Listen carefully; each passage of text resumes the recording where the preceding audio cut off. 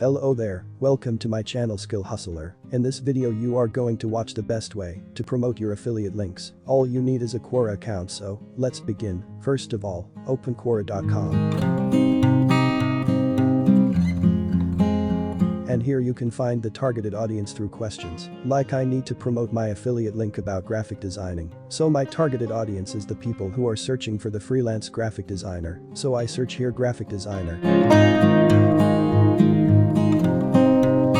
Here you need to find the question which is about to find a graphic designer.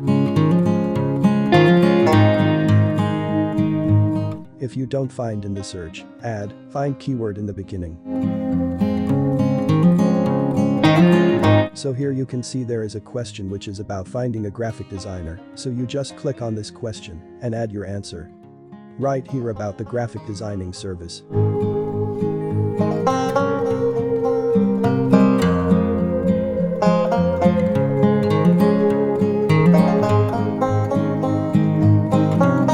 And after writing this, you need to add an image related to graphic designing to make this more attractive. After that you need to highlight the targeted text and make a clickable link to your affiliate link.